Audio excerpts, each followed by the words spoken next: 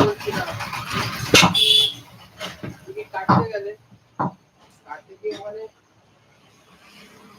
কাউন্টারে বলে দেবে যে কোন কোন এই সিট আছে তুমি না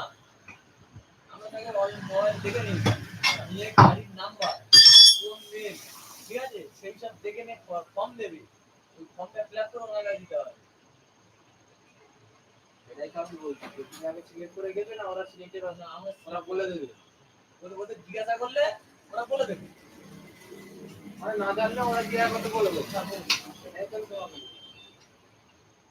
অনেকে ধরো জানেই না তো তারা কি করবে ওই দোকানটা তোমার কাছে কত টাকা হ্যাঁ ও 27 টাকা বলছি যে